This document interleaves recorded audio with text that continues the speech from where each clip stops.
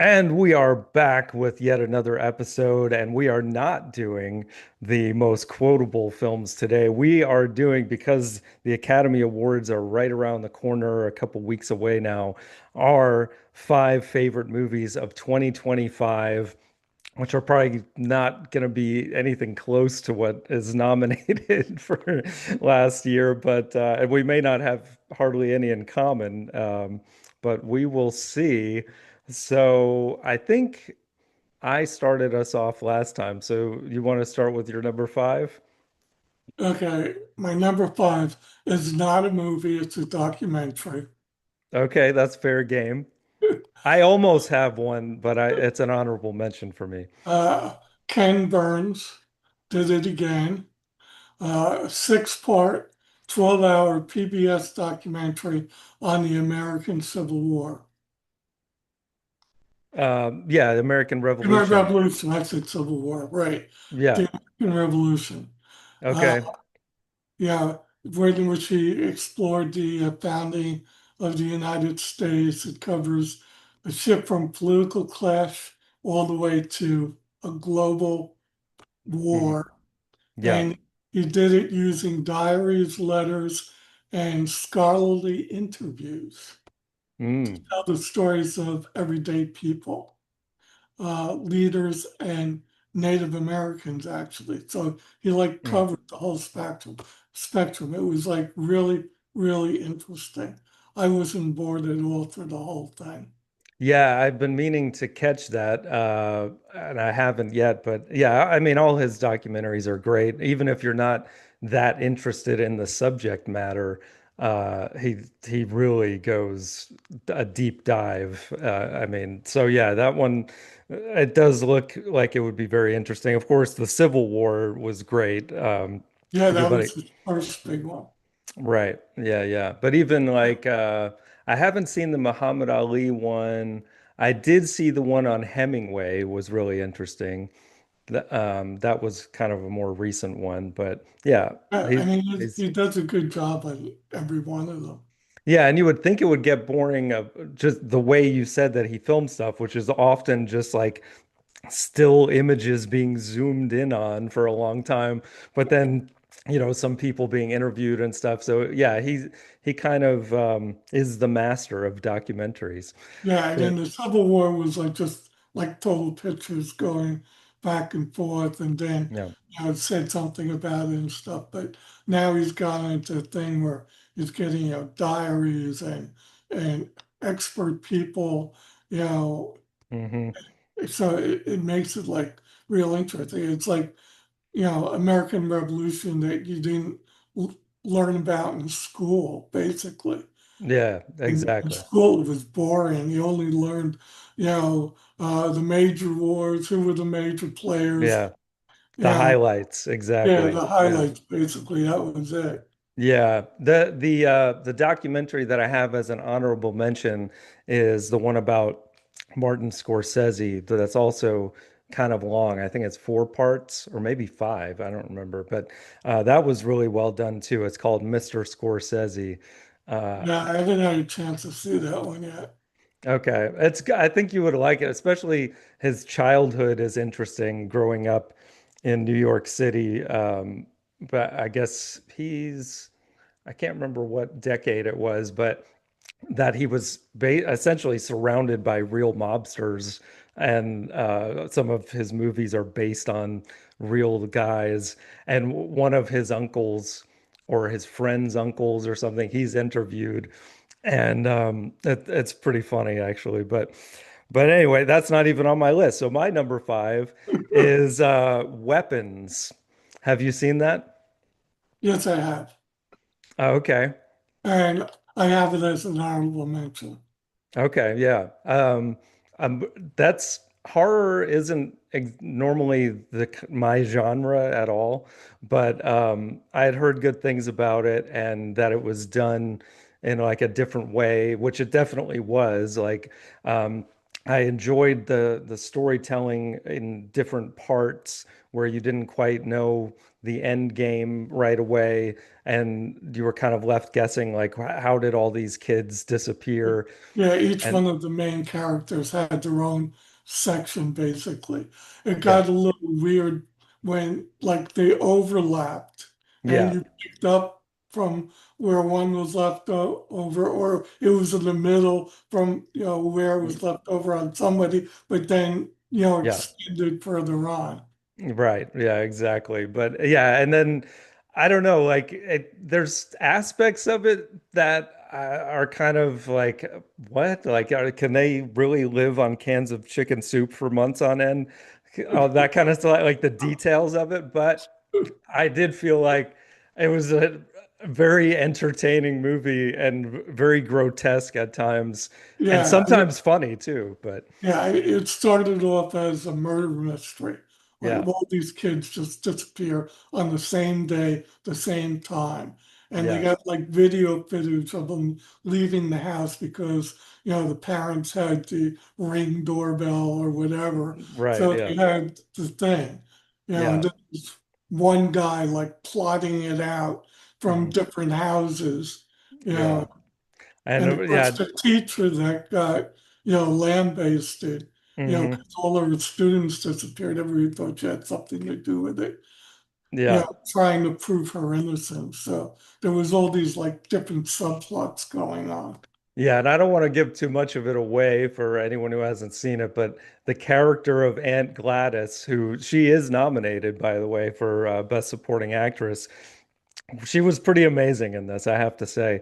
And Yeah, she was. the ending felt very righteously deserved. So, yeah, it was a fun movie, I have to say, for what it was. And again, usually not my cup of tea, but I really dug it for what it was. So, not on your list. So, what's your number four? My number four is actually a nominated movie, Okay. Marty Supreme. Really? Yeah, Okay. That's yeah, surprising. yeah. The movie was surprising. I mean, it's this whacked out guy Yeah. that's ping pong fanatic. Yes. And he finished second in a championship. Right. So now he's doing all these weird things to coax money from people Right. so that he can get to the final championship. Yes. And he even like makes a deal with what's his name? Mr. Wonderful. Yeah, Mr. Wonderful O'Leary, right? Yeah. Right. In order, so he's almost like selling his soul to the devil, basically, Yeah. in order to get there. Right. But it's not the way he wants to get there, but he has no other choice. Right. But Yeah. the but the ping pong scenes were Yeah. like off the wall. I mean, it's Hmm. like doing the thing that it's fast, it's hard, like where they're Hmm. backing up going down the other side of the room, still hitting the thing on the table and going off the net and stuff, like Yeah. going back and forth, doing backhand things, Yeah. it was like And amazing. Chalamet, who is up for Best Actor, supposedly he did all that stuff and like spent years becoming really good at ping pong. So yeah, you can't take that away from him as far as everyone's saying he probably will win for Best Actor. I just, believe it or not, I gave up on this movie after like a half hour. Um, I, I wouldn't say I found it boring because it definitely wasn't that. And like you said, it is very the filmmaking is fast paced and trying to make it exciting. I just like I find ping pong not fascinating whatsoever. And the main character, like I found him to be just a kind of annoying and a dick. Well, And to me, I found him obsessive, yes. annoying, desperate, and pathetic. That is correct. Yes. So the guy who directed this movie, one of the Safdie brothers, they also made Uncut Gems, which That's is a right. movie that I did love. And I think the reason I loved that one and not this one is I love Adam Sandler, and I even though he also was a similar kind of character, I think he pulled it off in a way that I actually cared about him. This Chalamet kid, I don't know. I'm not on the Chalamet train yet, as most people are. Yeah, So yeah, I mean, he's not your average looking uh yeah, hero, you right, know, right. in a movie.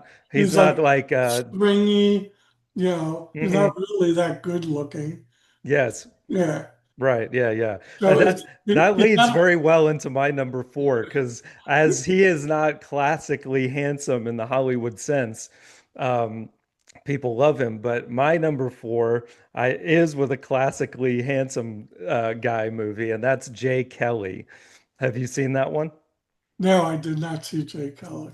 Ah, okay.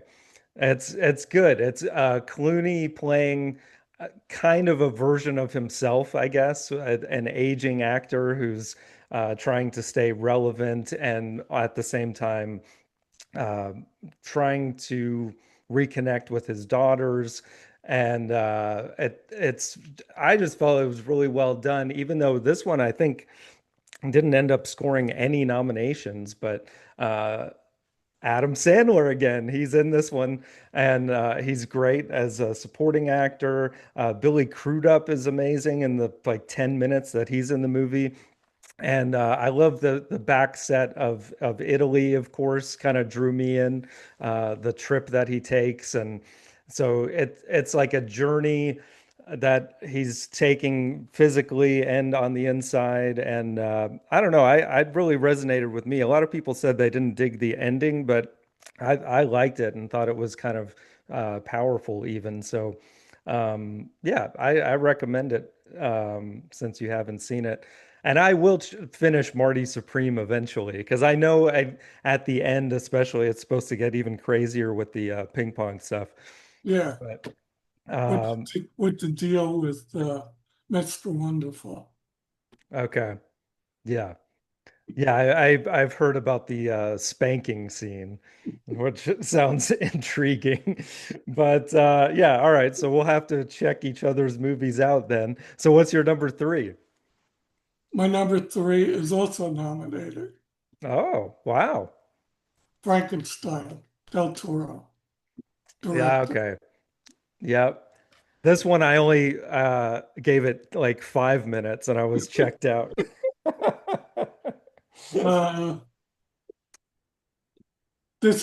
I've seen every Frankenstein movie. Yes. This is the second best. Second Only, best. Okay. only because Young Frankenstein is still my favorite Frankenstein movie. Hell yeah. Yes. Me too.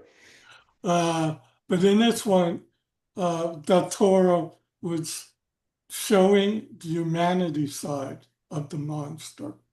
Okay. And the movie starts out that the ship Horizont is wedged in the ice. Mm-hmm. That's when the two characters come in, Frankenstein and the monster. Yeah. So Frankenstein is given shelter and he starts telling his part of the story. Right. And and then uh, the monster comes on board and he's allowed to tell his part of the story. Yeah. Okay. So, I found Frankenstein to be like obsessed, in creating this creation of his. And he also had no patience with his creation. Okay. Yeah. And the monster, when he gets his freedom, what he's looking for is to be accepted by humanity. Yeah.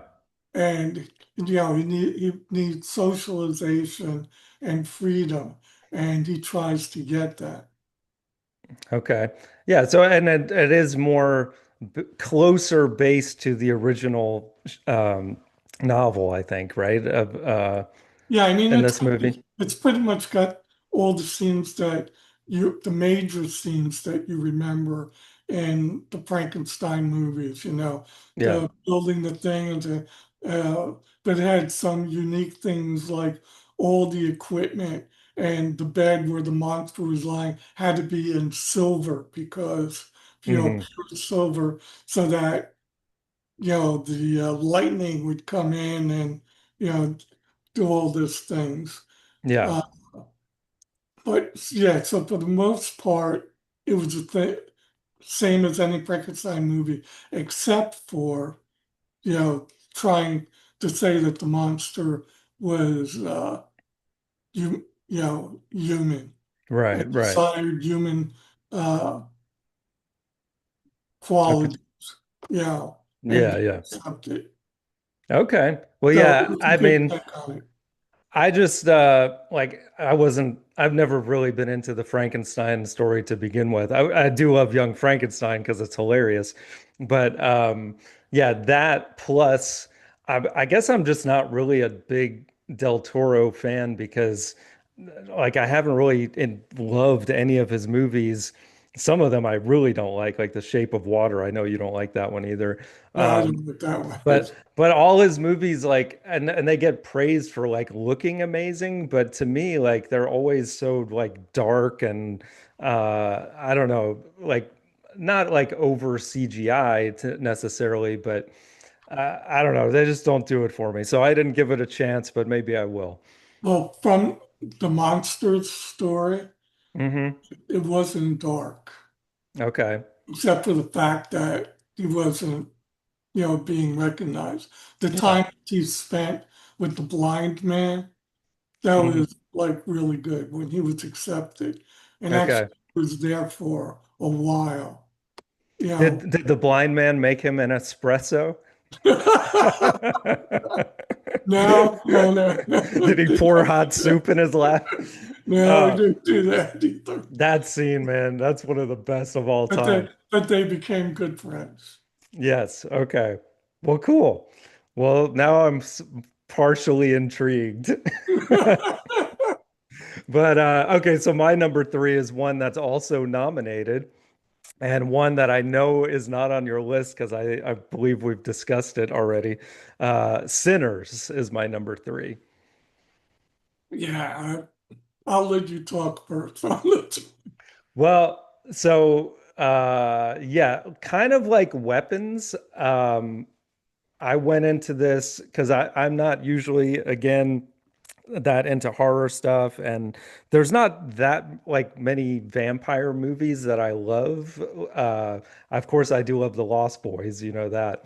But I and that I think was what I appreciate is when like a vampire movie is done differently with a different style or adding in other genres. And that's what I found cool about this was like the vampire aspect was kind of secondary to the music, which I found amazing because I love blues music. It's my favorite genre of music. So I felt like that aspect of it was very cool. And then on top of that, you have this layered in, if you're looking for it, you'll find it like the whole um, kind of thing where they're subtly hitting on, white people stealing the blues music from black people in a metaphoric kind of way where the main vampire characters are these white folky guys and them trying to indoctrinate and get the black people to come on and be vampires with them. I thought that was kind of interesting, and I just thought it was so well done. Like the directing, the vampire stuff was cool too. Like the way that um, it wasn't anything new necessarily, but I thought it was just the blues is what sucked me in, especially that one scene where they show like the history of music all in one shot, and yeah, I just thought that the directing was great, and it's really cool that it has like as many nominations as it does, which is pretty wild. But um, yeah, didn't do it for you, obviously. Yeah, to me, the movie was boring. Ah. In Okay. fact, I turned it off after like the first 30 minutes. Then Oh, I so you didn't watch the whole thing? no. Then I forced myself to watch the whole thing. Okay. Okay. Yeah, and I was disappointed even with the vampire Ah. part. So Okay. to me, it failed. You know, with the first part. I mean, I understand that the whole thing was that he wanted to build this building and then have like a music party and stuff like that. Yeah. You know, I agree to the part about like, yeah, the music was good, but to me, just didn't it All didn't right. click with Fine. That's okay. me. I knew we'd have some disagreements, but yeah, so that's cool. So what is your number two? My number two is Nuremberg. Ah, another one I haven't even thought to watch. And that did come out last year. That's true. Yeah. Okay. Towards the end, like December sometime, I think. And this is technically like a remake, right? I mean, Well, it it isn't like the original black and white. I think Spencer Tracy was the main character in that yeah, movie. He was the one that was like the main judge. The Judgment at Nuremberg, right? That Yeah, old right, movie. the Yeah. judge at Nuremberg. This one was seen through the eyes of the psychiatrist that Mm, was hired to profile the and it's specifically uh, Hermann Goering, which okay. is who's played by Russell Crowe, Okay. and Crowe did like a really good job playing uh, Goering. So this is like uh, the the uh, psychiatrist uh, was play Rami Malek was Mm, playing Douglas Kelly. So all this was based on a true story, and a lot of it was based on his notes and stuff that he extracted during, uh, you know, uh, yeah. up to the trials and stuff like that. So it got to the extent that he was starting to admire Hmm. Goering, because Goering was like at least in the movie, he was like smooth, Hmm. tricky, nothing bothered him. He was like a gentleman. Hmm. He was saying that he had nothing to do with you know to because it was basically on uh, them being convicted for acts against humanity. And Okay. he was basically saying they had nothing to do with himself. It got to the point where the psychiatrist was getting in trouble because he was like almost becoming his friend, and he would deliver mail from Goering to his family, and his family would deliver mail back to Goering and stuff. So it was like a really totally different story, but it was Okay. amazing, you know, the way that they fed off of each other in the movie. Okay. Okay. So my number two is Mission Impossible, The Final Reckoning. I know that you also dig this. So is this your number one? Yes, it is. All right. Okay. I knew we'd have this in common.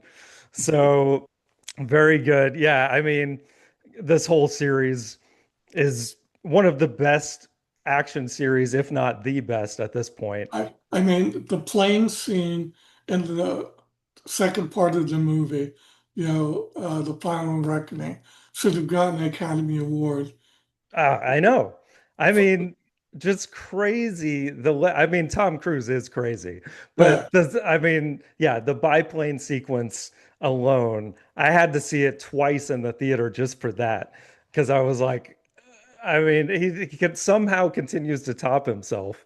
Um, and I guess if that is the last one, what a way to go out. But also, yeah, the sequence with the submarine was great.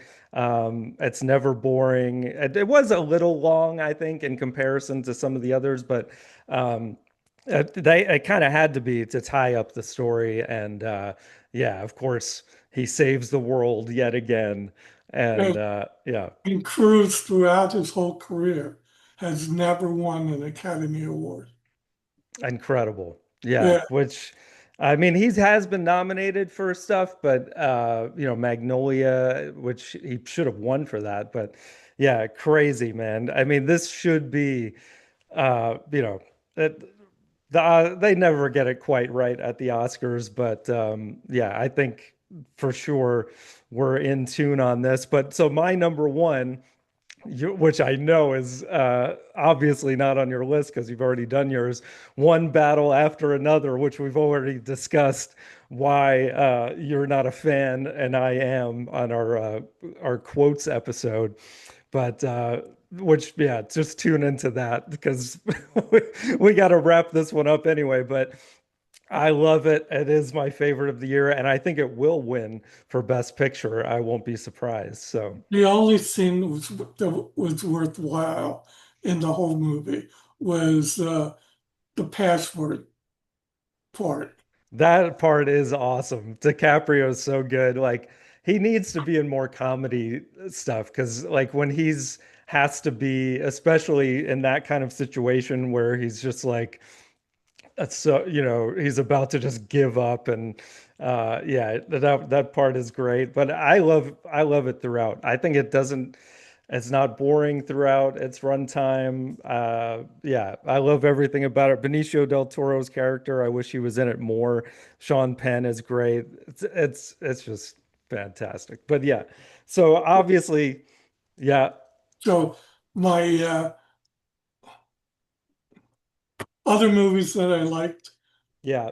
that weren't my top five was Weapons, Mhm. Roofman, A Night, Oh, I liked Roofman too. Wake Up Dead Man, and The Fantastic Four. Okay. Yeah, yeah. Yeah, Roofman was honorable mention for me as well. And Mr. Scorsese I mentioned. Okay, cool. So this will be pretty easy to put together. Mission Impossible is obviously number one. Then we've got my one with One Battle After Another, your two with Nuremberg, and then it's our two threes, Sinners and Frankenstein rounding it out. So we've actually got three Academy Award nominated movies in our top five. Somewhat surprising, but Yes, but yeah, that's great. Okay, so that's our list, guys. Let us know in the comments below what you think, and yeah, we will be back to quoting movies next time. We're going to be doing The Shawshank Redemption at one for the letter S. Definitely quotable. I actually caught the end of it on TV last night. Still a great film. So it's kind of surprising we haven't done that one yet. But yes. So well done, sir. See you on the next one. Love you. love you too. All right, bye. Bye.